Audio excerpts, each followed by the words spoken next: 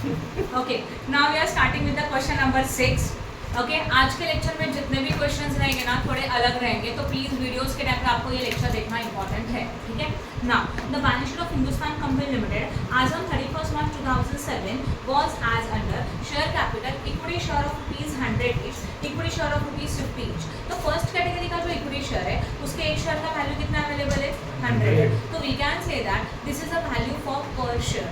तो ये 100 rupees value है फर्स्ट कैटेगरी में. Then equity share of 50 each, this is a value for again per share. तो we are having two type of share, एक जिसका part face value 100 है और दूसरा जिसका फेस वैल्यू कितना है 50. Both are fully paid up, यहाँ पे कोई भी पार्टली पेड अप नहीं है. तो हमारे पास दो टाइप के शेयर्स ही है. समझा यहाँ तक. उसके बाद जनरल रिजर्व रहेगा. ओके, रिजर्व सरप्लस है, profit and loss account, gratuity fund, workman compensation fund, मतलब that is workers provident fund है, डेप्रिसिएशन फंड है.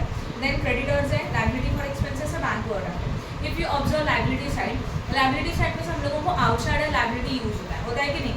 तो इनमें आउटसाइडर लायबिलिटी कौन कौन सा रहेगा, ग्रेच्युटी फंड या आउटसाइडर लायबिलिटी.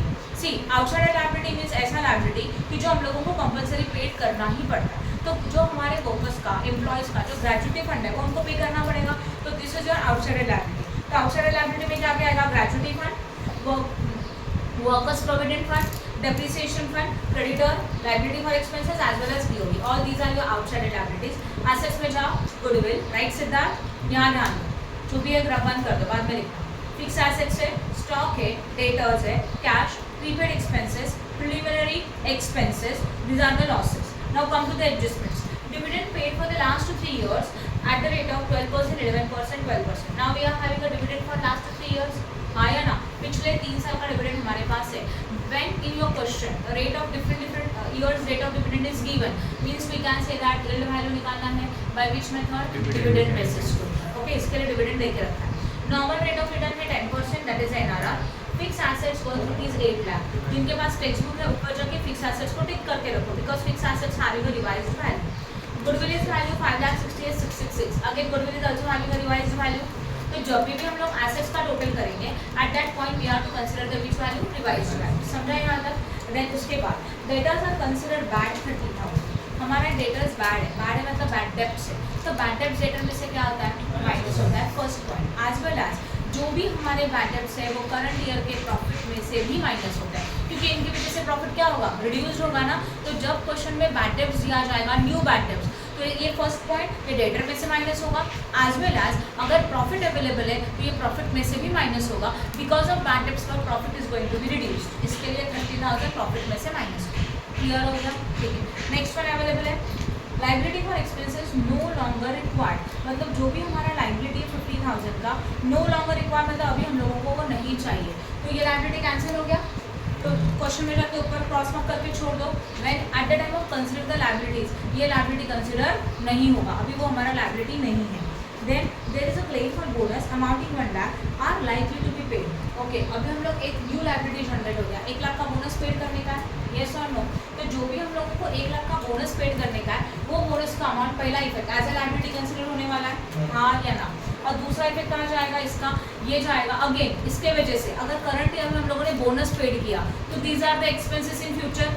ये लायबिलिटी है ना, तो इन फ्यूचर का अपना खर्चा होने वाला है. तो this amount also minus from the profit and loss, मतलब ये प्रॉफिट में से भी माइनस होना चाहिए. ये कौन समझ में आया, राइट. 1 लाख, राइट. वापस एक बार बता रही हूँ, there is a claim for bonus amounting 1 lakh and it likely to be paid. एक क्लेम है 1 लाख का बोनस आपको पेड करने का है, तो पेड करना है विच इज योर लायबिलिटी. तो सबसे पहले ये लायबिलिटीज में भी जाएगा. एज वेल एज अगर इनको पेड करेंगे तो profit is going to be what, reduced. तो इसके वजह से ये प्रॉफिट एंड लॉस में से, मतलब करंट ईयर के प्रॉफिट में से ये क्या होगा, माइनस. समझ में आया. These are the expenses within the future. वो एक्सपेंसेस हम लोग माइनस करते हैं FMD कैलकुलेट करके, right. Next one, profit for the 3 years after taxation were 3,50,000, 4,80,000 as well as 4,60,000. We are having 3 years profit. उसमें से जो लास्ट प्रॉफिट है ना वो करंट ईयर का प्रॉफिट है और उसके साथ ये एडजस्टमेंट्स होगी, हाँ या ना, बराबर ना. ईच ईयर में बोला है क्या, नो. तो ओनली लास्ट ईयर के साथ करेंगे and then you are going to find out the average profit. ये प्रॉफिट जो दिया है वो आफ्टर टैक्स. इस क्वेश्चन में आपको टैक्स का रेट दिया है क्या, नहीं. तो हम लोग बिफोर टैक्स प्रॉफिट कैलकुलेट नहीं कर सकते, आफ्टर टैक्स के ऊपर ही आपको सारे एडजस्टमेंट्स करने होंगे. Find out the fair value of 2 type of share. देखो यहाँ पे एक न्यू वाली का क्या बोला है, फेयर वैल्यू निकालना है. बट कितने टाइप के शेयर्स है अपने पास, 2 टाइप के शेयर्स है, येस और नो. तो हम लोगों को तो दो टाइप का शेयर्स अवेलेबल है, तो दो टाइप के शेयर्स का हम लोगों को प्रॉफिट निकालना जरूरी है। चलो करें स्टार्ट, मतलब वैल्यूज निकालना है दोनों टाइप के शेयर्स।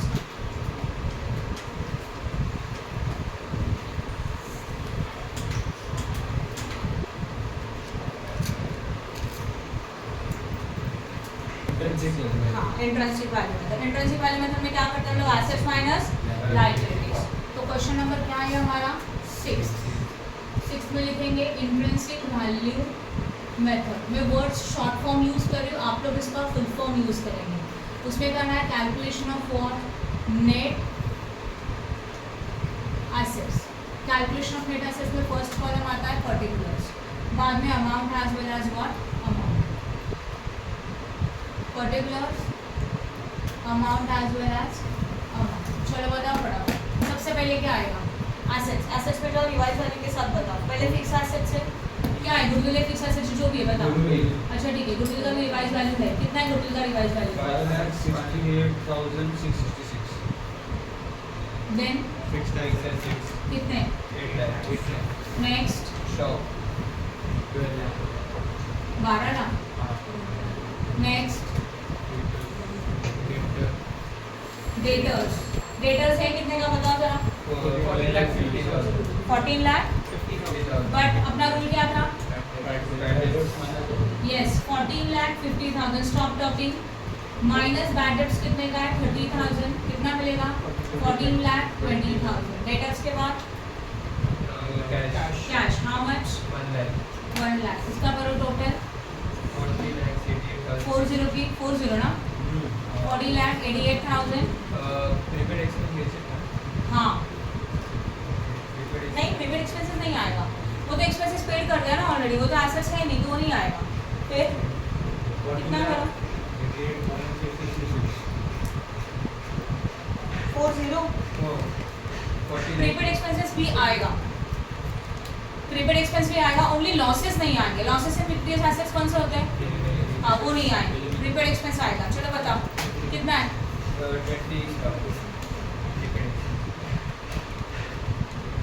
कितना अमाउंट बोला, 20 करो एडिशन, 41,08,666। हाँ उसके बाद लेस व्हाट, एक्सटर्नल लायबिलिटी,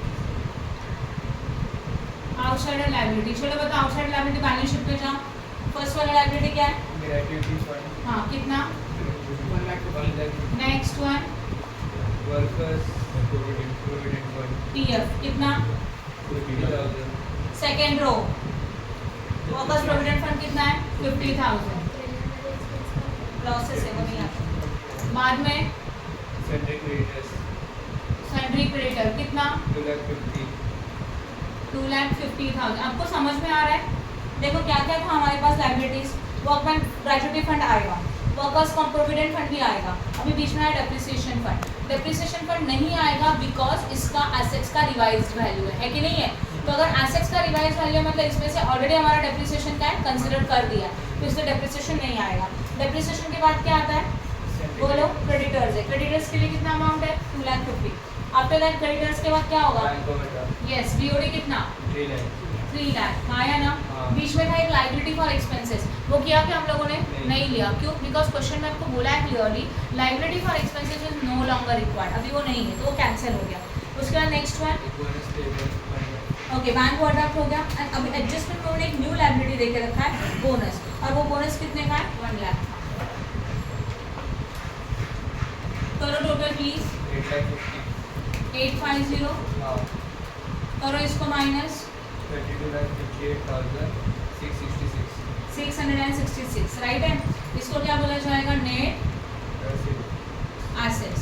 इसमें से हम लोग माइनस करेंगे व्हाट, प्रेफरेंस शेयर होल्डर या तो कैपिटल। कितना अमाउंट है प्रेफरेंस शेयर होल्डर को देने के लिए, नहीं है प्रेफरेंस शेयर्स तो डैश, फिर कितना आएगा, 32,58,666। Now please concentrate, this is amount available to equity share. But अगर आप ऑब्जर्व करेंगे हमारे पास जो इक्विटी शेयर है वो सिंगल टाइप का शेयर है क्या, नहीं है। अगर आप बोलेंगे टोटल नंबर ऑफ शेयर्स ले लो, मतलब जैसे कि नॉर्मली क्या करते हैं हम लोग, 32,58,666 divided by total number of equity share, हाँ या ना। तो total number of equity share में अगर समझो हम लोगों ने इक्विटी शेयर का टोटल कर दिया तो वो भी नहीं कर सकते। क्यों नहीं कर सकते? क्योंकि फर्स्ट टाइप जो है उसमें 100 पेड है और दूसरा टाइप है उसमें 50 पेड है। तो क्लासिफिकेशन दोनों का कैटेगरी अलग है। अगर कैटेगरी अलग है तो डायरेक्टली नंबर ऑफ शेयर नहीं ले सकते। समझ में आया? तो क्या करना होगा, यहाँ ध्यान देना। ये जो अमाउंट अवेलेबल है 32,58,666, इसको हम लोगों को स्प्लिट करना पड़ेगा दो कैटेगरीज के शेयर में, राइट है। तो इक्विटी शेयर है कितना, जरा चेक करो। इक्विटी शेयर कैपिटल जो 100 पेड अप है वो है 20 लाख, है ना। अच्छा बराबर, capital 20 lakh, number of share लिखा तो 20,000 आएगा, राइट ना। उससे अच्छा कैपिटल लिख दो, ज़्यादा अच्छा रहेगा, कैलकुलेशन में गड़बड़ नहीं होगा। 20 लाख। और ये 50 पेड अप वाला कितना है बोलो? 10 लाख। इसका मतलब जो टोटल फंड है उसमें से इन लोगों का 20 कैपिटल है, उसमें से 10 लाख का कैपिटल है। तो ये अमाउंट भी इन दोनों को डिवाइड होगा इनके वैल्यू के रेशो पे। तो वैल्यू का रेशो क्या आएगा? 2:1। येस और नो? तो इस रेशो के ऊपर हम लोग ये वैल्यू डिवाइड करेंगे। समझ में आया कि नहीं आया? तो 32,58,666 डिवाइडेड बाय 3 कितना हुआ? 32,58,666 डिवाइडेड बाय 3 10,86,222। ये वन आया ना, मल्टीप्लाई बाय 2 करेंगे तो इसको लेंगे तो कितना लेंगे मल्टीप्लाई बाय 2 करके? 21,72,000। आपको समझो? तो इस फंड में से ये वाला जो फंड है वो किसके लिए अवेलेबल है? फर्स्ट कैटेगरी के शेयर के लिए। और ये जो फंड अवेलेबल है वो सेकंड कैटेगरी के शेयर के लिए। ऐसा पहला सम है जिसमें दोनों दो टाइप के इक्विटी शेयर, एक भी सम ऐसा नहीं था। अभी तक हम लोग डायरेक्टली इसको डिवाइड करते थे नंबर ऑफ शेयर पे, बट यहाँ पे नहीं कर सकते। क्यों नहीं कर सकते? इसका वैल्यू 100 रुपीज़ पर शेयर है और इसका वैल्यू कितना रुपीज़ पर शेयर है? 50 रुपीज़ पर शेयर। तो दो इंट्रिंसिक वैल्यू आएगा। फर्स्ट कैटेगरी का इंट्रिंसिक वैल्यू अलग, सेकंड टाइप का इंट्रिंसिक वैल्यू अलग। समझा? Okay, now listen. तो हम लोग यहाँ पे लिखेंगे intrinsic value per share for, बातें मत करो, 100 पेड अप। जो 100 पेड अप का कैटेगरी है उसके लिए कितना फंड अवेलेबल है? 21,72,444। अब आएगा divided by what? Number of shares. सही है ना? करो फिर। 108.62 कितना आएगा? 62। हाँ, तो ये हो गया एक कैटेगरी का value. Again intrinsic value per share for, ये कौन से टाइप के शेयर है? 50 पेड अप वाली कैटेगरी है। उसमें कितना नंबर ऑफ शेयर है वो भी देख लो। पहले वैल्यू कितना है उसका? 10,86,222 divide by number of share कैसे आएंगे? Value divided by 50। How many number of shares? 10 lakh divided by 50 20,000, right है। करो calculate. 54.31। I hope no doubt in this. समझा कि नहीं समझा? क्लियर हो गया? ये हो गया इंट्रिंसिक वैल्यू। अब हम लोगों को सॉल्व करने का है which value? Yield value. Yield value कौन सा बेसिस के ऊपर करेंगे? पहले तो अर्निंग बेसिस के ऊपर, सही है। उसके लिए पहला स्टेप क्या होता है? एफएमपी। एफएमपी कैलकुलेट करने के लिए चाहिए average profit after tax. Average profit के लिए हम लोग क्या करते हैं? तीनों साल के प्रॉफिट का टोटल डिवाइडेड बाय 3। बट जो करंट ईयर का प्रॉफिट है इसमें बहुत सारे एडजस्टमेंट्स हैं, हाँ या ना। तो एडजस्टमेंट होने के बाद हम लोग एवरेज प्रॉफिट कैलकुलेट करेंगे। चलो यहाँ ध्यान दें। तो प्रॉफिट कौन कौन से ईयर का देके रखा है ये कैलकुलेट करना है। फर्स्ट ईयर प्रॉफिट बोलो कितना है? फर्स्ट ईयर का profit 1,550 3,50,000। Next one second year profit 4 lakh what? 80,000। And third year profit is equal to 4,60,000। अभी हम लोगों को थर्ड ईयर मतलब करंट ईयर प्रॉफिट है, हाँ या ना। तो यहाँ लिखेंगे profit during the year is equal to 4,60,000। उसमें से क्या माइनस करना है? बैड डेब्ट, जिसके वजह से लॉसेस हो जाएगा। कितने का बैड डेब्ट से बोलो? 30,000। ये माइनस करेंगे। उसी के साथ expenses in future, that is a bonus. कितना है? बोनस फॉर इक्विटी शेयर या तो on equity share. I think 1 lakh का लायबिलिटी है, ये भी क्या करेंगे? माइनस करेंगे। और कुछ है क्या? चेक कर लो प्लीज। शायद नहीं है। तो और करो, इनको माइनस करके बताओ कितना अमाउंट आएगा। और कुछ है क्या क्वेश्चन में, चेक करो। वेट, और एक पॉइंट है देखो, liability for expenses no longer required. इसका मतलब क्या होता है? लायबिलिटी फॉर एक्सपेंसेस मतलब ये एक्सपेंसेस का कुछ लायबिलिटी अभी क्रिएट नहीं होगा।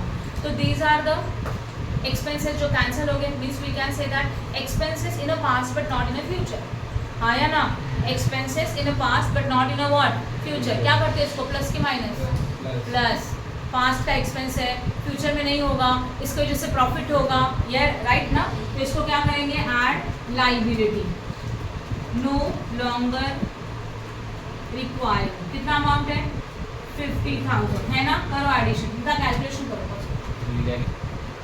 Any doubt in this? हाँ या ना? समझा है यहाँ तक अच्छी तरह से? तीनों पॉइंट्स क्लियर है। बैड डेट्स हमारे इन फ्यूचर के एक्सपेंसेस है, लॉसेस है, इसके लिए इसको माइनस किया। Expense in future but not in past, logic पे। ये जो बोनस फॉर इक्विटी शेयर है, again same logic, expenses in future but not in past, इनको भी माइनस किया। और ये था liability no longer required, this is a liability for expenses.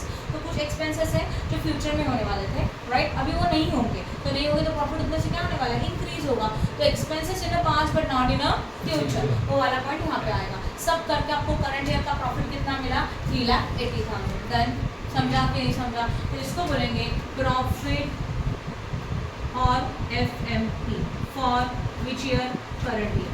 Now आपको क्या चाहिए? Average profit after tax is equal to, क्या करेंगे, टोटल प्रॉफिट मतलब 3,50,000 प्लस 4,80,000 प्लस 3,80,000। अभी न्यू प्रॉफिट लिया ना, चेंज वाला, डिवाइडेड बाय 3 करो। 4,03,333 डिवाइड करके 4,03,33, ये क्या हो गया हमारा average profit after tax. Any doubt in this? बोलो फटाफट। इसके बाद सेकंड स्टेप क्या होता है? एवरेज प्रॉफिट के बाद क्या करना है, अभी भी हुआ नहीं। इसके बाद क्या लिखेंगे? FMP मतलब कि हमारा average profit after tax is equal to 4,03,333 minus करेंगे preference shares dividend as well as what, minus transfer to reserve. कुछ है क्या? नहीं। चेक करो, शायद दोनों भी नहीं है ना? नहीं। नहीं है तो क्या हो जाएगा, ये कोड कुछ भी नहीं है। तो 4,03,333 is known as a FMP। Done. अभी क्या करेंगे, सेकेंड स्टेप क्या चाहिए? Rate of FMP। Okay, rate of FMP का फॉर्मूला बनता है FMP divided by paid up value of equity share into what, 100। सही है ना? यस और नो? तो बताओ अभी कितने, कैसे आएगा अमाउंट्स? दोनों का एडिशन आएगा, टोटल पेड अप वैल्यू, बराबर है। और थर्ड स्टेप में दोनों अलग अलग आएगा। बताओ ये कैसे आएगा? तो FMP कितना अवेलेबल है, बोलो? 4,03,333 divided by total paid up value. तो टोटल पेड अप वैल्यू में 20 लाख है, 10 लाख है, ये देखो 20 लाख है, 10 लाख, टोटल कितना हो जाएगा? 30 लाख इंटू व्हाट, 100। प्लीज करो। 13.44%, राइट? इसको क्या बोलेंगे? Rate of FMP। हाँ या ना? तो इसको आएगा 13.44%। Any doubt in this? उसके बाद आता है third step is what, yield value. अभी ध्यान दो प्लीज। यील्ड वैल्यू में फॉर्मूला क्या आता है, बोलो? Rate of FMP divided by what, NRR into paid up value per share. Now we can say that we have two type of share, एक का वैल्यू 100, दूसरे का वैल्यू 50। यहाँ पे इसका दो कैटेगरी बनेगा, राइट? तो यहाँ पे आएगा फर्स्ट वन जहाँ पे रेट ऑफ FMP 13.44 है। What is NRR? क्वेश्चन में चेक करो प्लीज। 10% है। और एक का पेड अप वैल्यू कितना था? 100 था, राइट है? फर्स्ट कैटेगरी का शेयर है जिसमें कितना पेड अप है? 100 पेड अप है। हाँ या ना? चलो बताओ कितना आता है इसका वैल्यू? 0.4। सेकेंड कैटेगरी का शेयर है जिसमें कितना पेड अप है? 50 पेड अप है। तो 50 पेड अप है तो 13.44 divided by 10 same into what, 50, 67.2। ये समझ में आया? हो गया वैल्यू फॉर पर शेयर। ये सॉल्व नो? अगर मैं इसको डिविडेंड बेसिस अप्लाई करूँ तो डिविडेंड बेसिस में क्या फॉर्मूला आता है, याद है? ये समझा? समझा कि नहीं समझा? अभी हम लोग करते हैं नेक्स्ट वाला कैटेगरी, दैट इज यही कैलकुलेट करेंगे, मतलब सेकेंड वाला step. Which method? yield value, but on the basis of what? Dividend basis के लिए क्या चाहिए? पहला step average rate of dividend, जहाँ पे डिविडेंड का रेट का प्लस करके divide by number of year. क्या डिविडेंड का रेट्स बोलो? 12 11 12 है ना, 12 plus 11 plus 12 divided by 3। Please करो 11.67 कितना? 11.67 11.67 राइट है। Now listen, second step yield value चाहिए है ना, तो यील्ड वैल्यू का फॉर्मूला क्या बनेगा? Rate of dividend right divided by NRR into again paid up value. तो पेड अप वैल्यू में वापस दो टाइप के शेयर आएंगे। फर्स्ट वन कितना पेड अप है? 100 पेड अप है। आपको समझ रहा है सबको? 11.67 डिवाइड बाय NRR 10 इनटू 100 116.7। समझा? ये हो गया फर्स्ट कैटेगरी। अब सेकंड के लिए क्या सोचेंगे? सेकंड में कितना पेड अप है बोलो? 50 पेड अप है पर शेयर। तो उसके लिए फॉर्मूला बनेगा 11.67 डिवाइडेड बाय 10 इनटू व्हाट? 50। करो कैलकुलेट। 58.35 58.35 हो गया सेकंड कैटेगरी। समझा यहाँ तक? अब क्वेश्चन में क्या पूछा है? But which value? Fair value. तो point number 1, fair value is equal what is the intrinsic value? अभी फेयर वैल्यू कितने शेयर्स का बनेगा? 2 शेयर का बनेगा ना। तो फर्स्ट कैटेगरी के शेयर में यील्ड वैल्यू इंट्रिंसिक वैल्यू कितना था? 100 पेड अप, उसमें आएगा 108.62 प्लस अभी यील्ड का वैल्यू लेंगे अर्निंग बेसिस के ऊपर। कितना आ गया वो फर्स्ट का? 134.4 डिवाइडेड बाय व्हाट? 2 करो 121.51 ये समझा? और ये कौन से बेसिस के ऊपर है? अर्निंग बेसिस पे कर रहे हैं हम लोग राइट है। सेकेंड वन क्या हो जाएगा? 50 पेड अप। 50 पेड अप के लिए क्या होगा? 108 नहीं 100 पेड अप ही आएगा सेकेंड कैटेगरी का शेयर। सॉरी और डिविडेंड वेट 108.62 नहीं वेट उसका अलग है 50% एक मिनट हम लोगों को अभी अर्निंग बेसिस के ऊपर करना है 1 and 2 का। हाँ राइट है। सेकंड कैटेगरी का शेयर्स का वैल्यू क्या है? 50 पेड अप है। उसमें पहला वाला वैल्यू सेम है, दूसरा हाँ अच्छा वो भी चेंज है ना। सॉरी मैं डिविडेंड बेसिस याद कर रही हूँ। 54.31 प्लस ये 67.2 डिवाइडेड बाय व्हाट? कितना आया? 60.56 अब तो समझा 5 76 एक बार मैं एक्सप्लेन कर दें, ध्यान दो। 5 ओके फेयर वैल्यू चाहिए था, अर्निंग बेसिस के ऊपर लिया राइट है। अर्निंग बेसिस के ऊपर लेंगे फर्स्ट एंड सेकंड। फर्स्ट में क्या आएगा? 100 पेड अप है और 50 पेड अप है राइट ना। फर्स्ट कैटेगरी का शेयर, सेकंड कैटेगरी का शेयर। अभी वही हम लोग निकालेंगे वापस से fair value on which basis? Dividend basis. अभी डिविडेंड बेसिस में वापस फर्स्ट कैटेगरी क्या था? 100 पेड अप था राइट ना। उसके लिए पहला वाला वैल्यू तो कोई फर्क नहीं पड़ेगा 108.62 प्लस ये वाला वैल्यू डिविडेंड बेसिस वाला फर्स्ट आएगा ये 116.7 डिवाइडेड बाय 2 कितना हुआ? 112.67 और सेकंड में क्या बोलते हैं इसको? 50 पेड अप राइट है। इसमें क्या आएगा 50 पेड अप के लिए बोलो? 54.31 प्लस 58.35 ये देखो ये डिवाइडेड बाय 2 समझा अच्छी तरह से? क्वेश्चन नंबर 10 अलग है, ध्यान दो। Following are the balance sheet of the Ram limited and Shyam limited as on following are the balance sheet of Ram limited and Shyam limited as on 31 March 2008। एक ही क्वेश्चन में दो कंपनी का अलग अलग बैलेंस शीट्स है। Now liabilities rupees, assets rupees 20,000 equity share of 10 is fully paid up. General reserves है 2,50,000, profit and loss 1,50,000, 14% debentures है 1,75,000, current liabilities है 1,25,000, fix assets, investment, current assets ये दिया हुआ डेटा अवेलेबल है राम लिमिटेड का।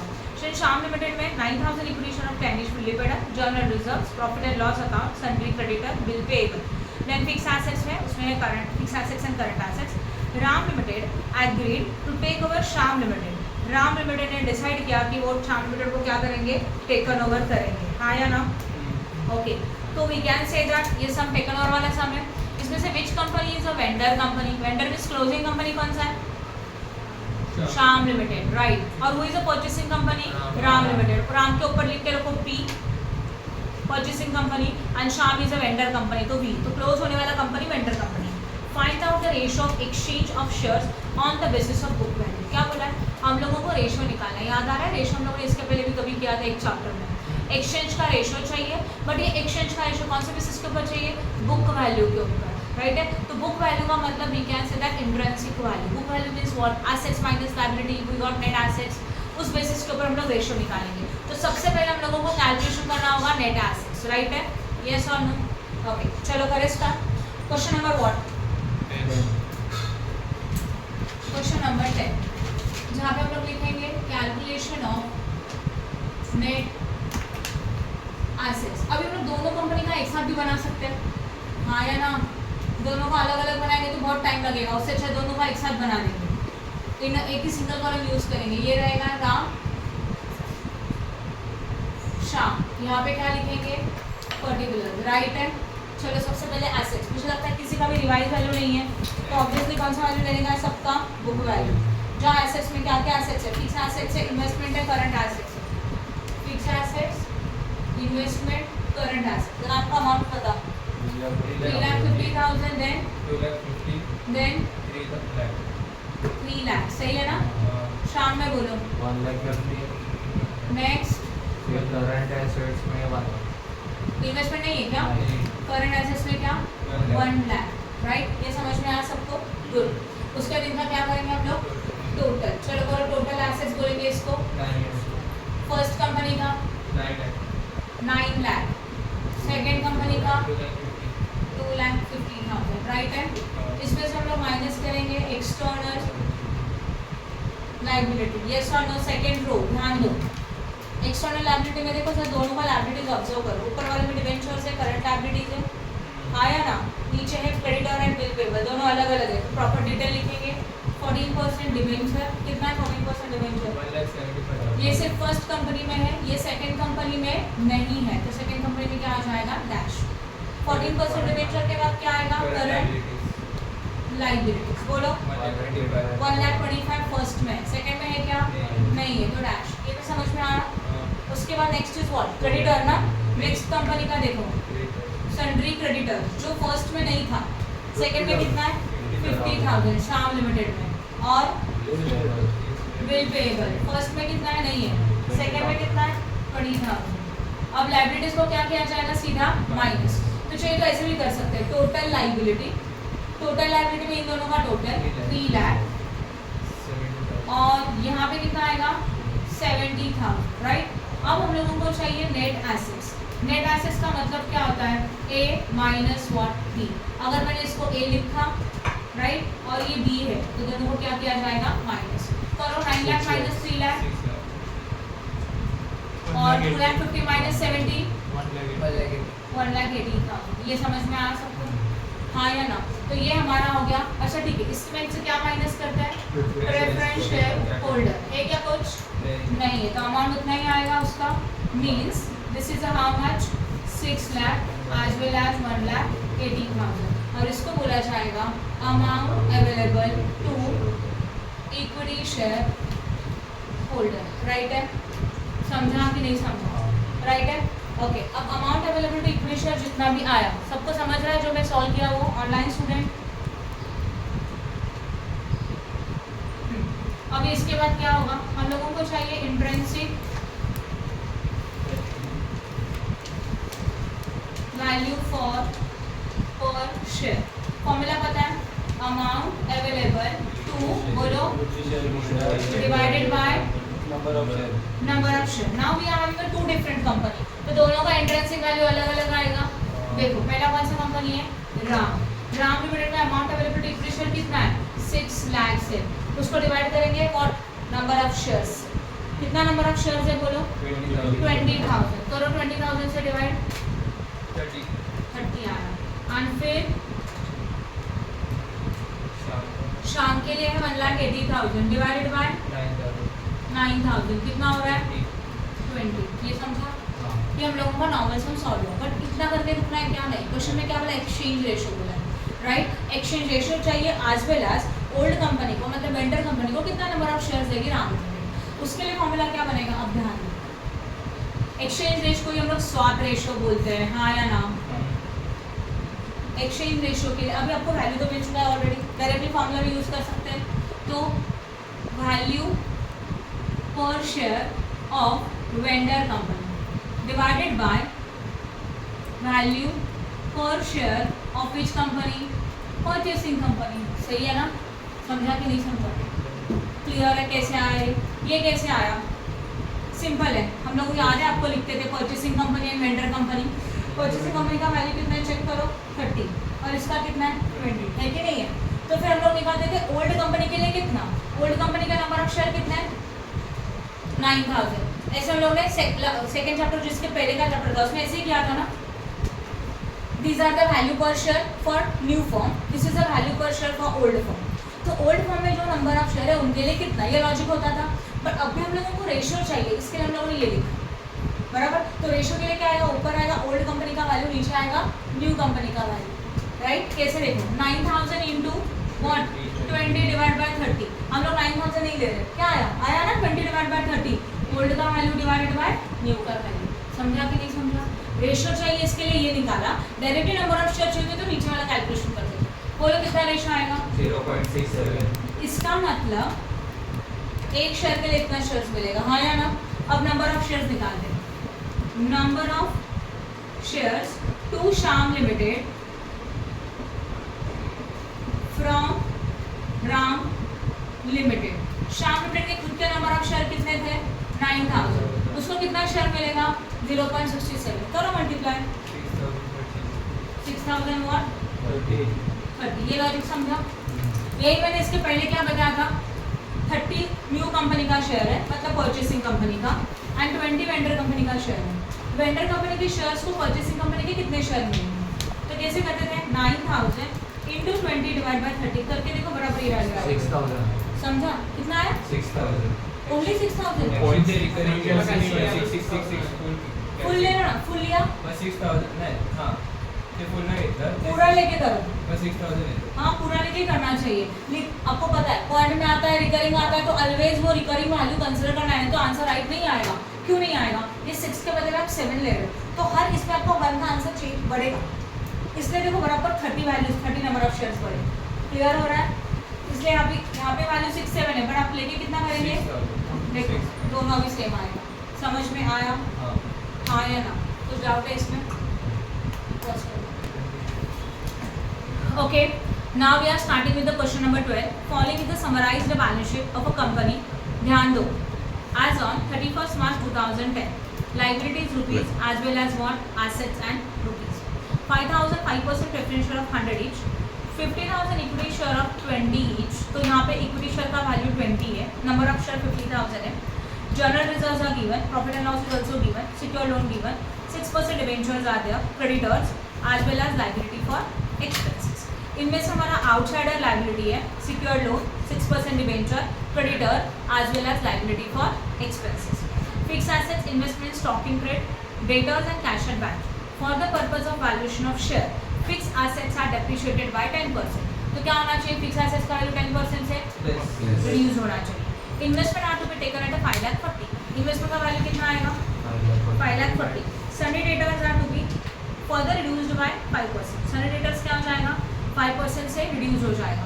तो डेटर कम हो रहा है मतलब बैड डेट से, ओके याद रखना बैड डेट से करके, ठीक है। उसके बाद interest on debenture is accrued and due for 9 months. तो ये अगेन लायबिलिटी आया, डिबेंचर के ऊपर का interest accrued and is outstanding है and it is accrued for how many months 9 months. Preferential dividend for 2010 is also due, मतलब क्या हमारे पास प्रेफरेंस शेयर्स है राइट ना, और वो भी क्या बोला गया है कितने ईयर्स का है, बोलो फटाफट।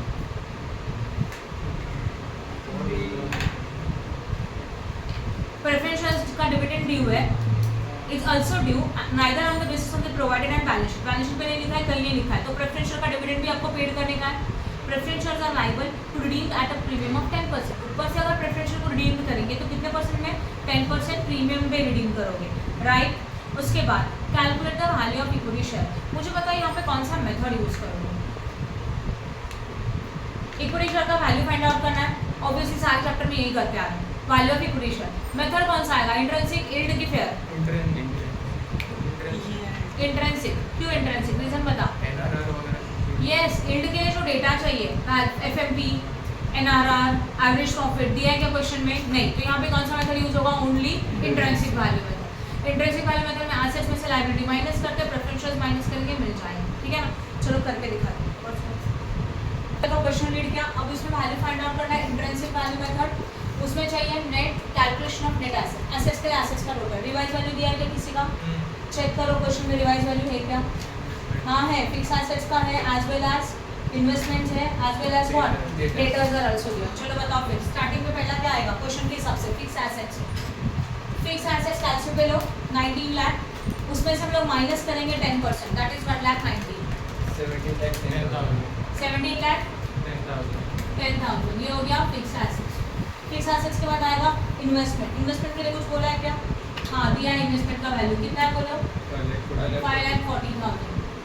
देन बैलेंस शीट पे देखो इन्वेस्टमेंट के बाद स्टॉक इन ट्रेड है, स्टॉक के लिए कोई रिवाइज वैल्यू है? नो, तो सेम वैल्यू आएगा कितना? 2,86,000। नेक्स्ट वन डेटर्स है, डेटर्स के लिए कुछ बोला है? 5% क्या बोला गया? रिड्यूस होगा, तो करो 5% डायरेक्टली माइनस करो और वैल्यू बताओ। 7,750।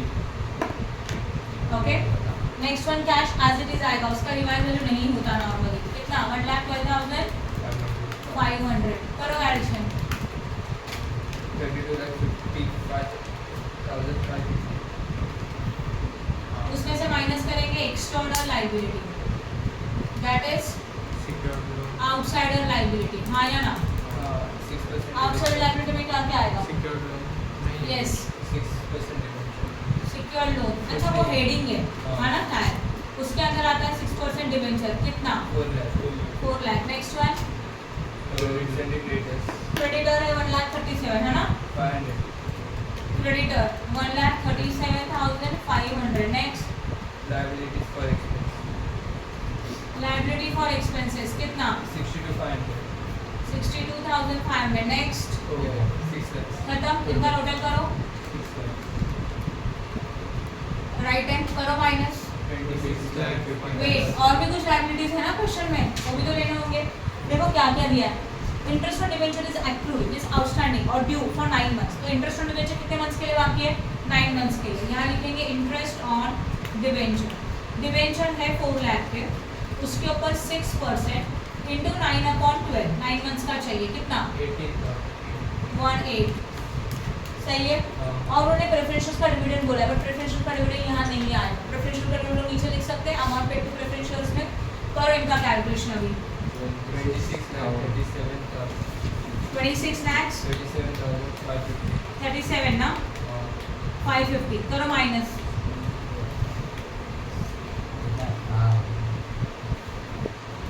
माइनस करो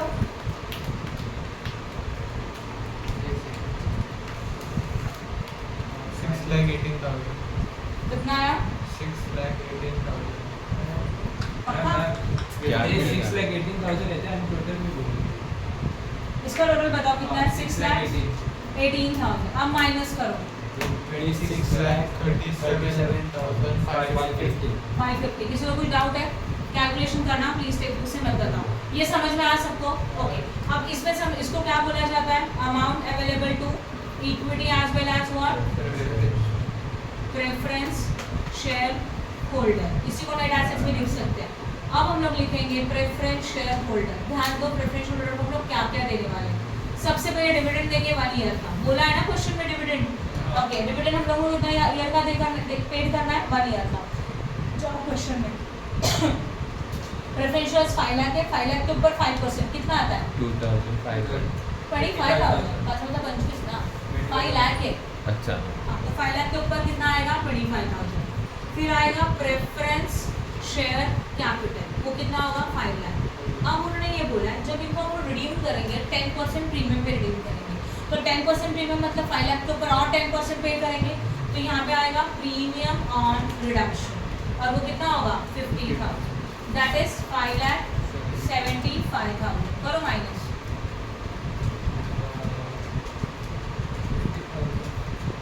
10% हाँ समझा कि नहीं समझा ये तीनों पॉइंट? ये डिविडेंड वाली है सा, ये एक्चुअल कैपिटल और रिडम्पशन के टाइम पे प्रीमियम दे रहे हो, इसलिए 5 लाख के ऊपर 10%, कितना आया 550, and this is known as a what, बोलो, amount available to equity share, सही है ना? अब क्या चाहिए, intrinsic value of share is equal to 20,62,550 divided by number of equity share, how much is the number of equity shares 50,000, करो divide 50,000 से, 41.25 हो गया, इजी है, समझा कि नहीं समझा? कौन सा question number 30, Z Limited has issued and paid up capital of 50,000 share of 100 each. Z Limited के पास 50,000 शेयर है, एक शेयर का वैल्यू कितना है 100 है। The company decided to dividend 12.5 lakh during the last 5 years and expected to maintain the same level of dividend in future. Company पिछले 5 साल से कितने का डिविडेंड दे रही है, 12.550 लाख का ईच एंड एवरी ईयर 12,50,000 का डिविडेंड दिया जा रहा है, 12.50 lakh means 12,50,000, right? Then the control and the ownership of the business company is lying in the few hands of the director and their family members. The average dividend yield for listed companies in the same line of the business is 18%. This is NRR. Calculate the value of 3,000 share. ये totally अलग है, दिख रहा है कि intrinsic value, no, दिख रहा है कि फेयर वैल्यू, नहीं, यील्ड वैल्यू, नहीं, तो यहाँ पे बस आपको डिविडेंड देके रखा है और डिविडेंड के बेसिस के ऊपर आपको अपने शेयर्स का वैल्यू चाहिए या तो बिजनेस का वैल्यू चाहिए। तो अभी इसके ऊपर क्वेश्चन में ऑब्जर्व करो, dividend is given for full year for all shares, how much is the dividend for full year, check करो please, 12,50,000, this is the question number 13, dividend is equal to dividend to equity share, board पे ध्यान देना, सम अलग है, rupees 12,50,000। अगर मुझे dividend चाहिए पर शेयर का तो क्या करना पड़ेगा, dividend per share is equal to what, 12,50,000 divided by what, number of share, हाँ या ना? समझ रहे जो हम लोग कर रहे हो? आपको लगा होगा क्यों किया, पहले सम सॉल्व करने दो फिर भी उसका लॉजिक बता। आपको क्या चाहिए, पूरे कंपनी के शेयर्स का वैल्यू चाहिए, how many number of shares, 3,000, and में देखो ना, calculate the value of 3,000 shares in the company, तो आपको 3,000 शेयर्स का वैल्यू चाहिए, तो डिविडेंड के बेसिस के ऊपर 1 शेयर का वैल्यू चाहिए, येस और नो? तो एक शेयर का वैल्यू के लिए पहले डिविडेंड तो निकालो कितना है, राइट? तो इसलिए हम लोगों ने कैलकुलेट किया dividend per share, total 12,50,000 dividend एक साल में हम लोग सारे शेयर होल्डर को देते हैं, एक शेयर का कितना, तो 12,50,000 डिवाइडेड बाय 50,000 ही है ना, करो 50,000 से divide, total number of share 25 rupees का डिविडेंड हो गया, वो भी पर शेयर, ये लॉजिक समझा? तो DPS इज इक्वल टू 25, हाँ ना, यस? ओके, अब हम लोगों को चाहिए, क्वेश्चन में NRR देके रखा है, NRR मतलब नॉर्मल रेट ऑफ डिविडेंड, कितना देके रखा है, normal rate of return is equal to what, 18%, ठीक है ना? Value of per share yield method में कैसे करते थे, कुछ याद आ रहा है? डिविडेंड का वैल्यू रहेगा तो rate of dividend divided by what, average rate of dividend divided by NRR into value per share, सही है ना? यहाँ पे हम लोगों को वैल्यू पर शेयर साइड में रखो, क्यों नहीं करना है, क्योंकि यील्ड मेथड तो वैसे भी फॉलो नहीं करना है, ठीक है ना? तो क्या होगा देखो, हम लोगों को चाहिए वैल्यू पर शेयर, इसके लिए लेंगे डिविडेंड मतलब DPS, फॉर्मूला क्या बनेगा, DPS dividend per share divided by NRR, right? DPS कितना था 25 था, NRR कितना रहेगा 18%, करो, ये 25 है, ये 18% है, कितना 138.89, ये लॉजिक समझा? ये बना वैल्यू पर शेयर, हाँ या ना? बोलो फटाफट, क्लियर है यहाँ तक? किसी को कुछ डाउट है क्या? Sure, value of how many share, 3,000 share, तो 3,000 into 138.89, करो, 4,16,000 आपको बस ये याद रखना है फॉर्मूला, हाँ हाँ चलेगा।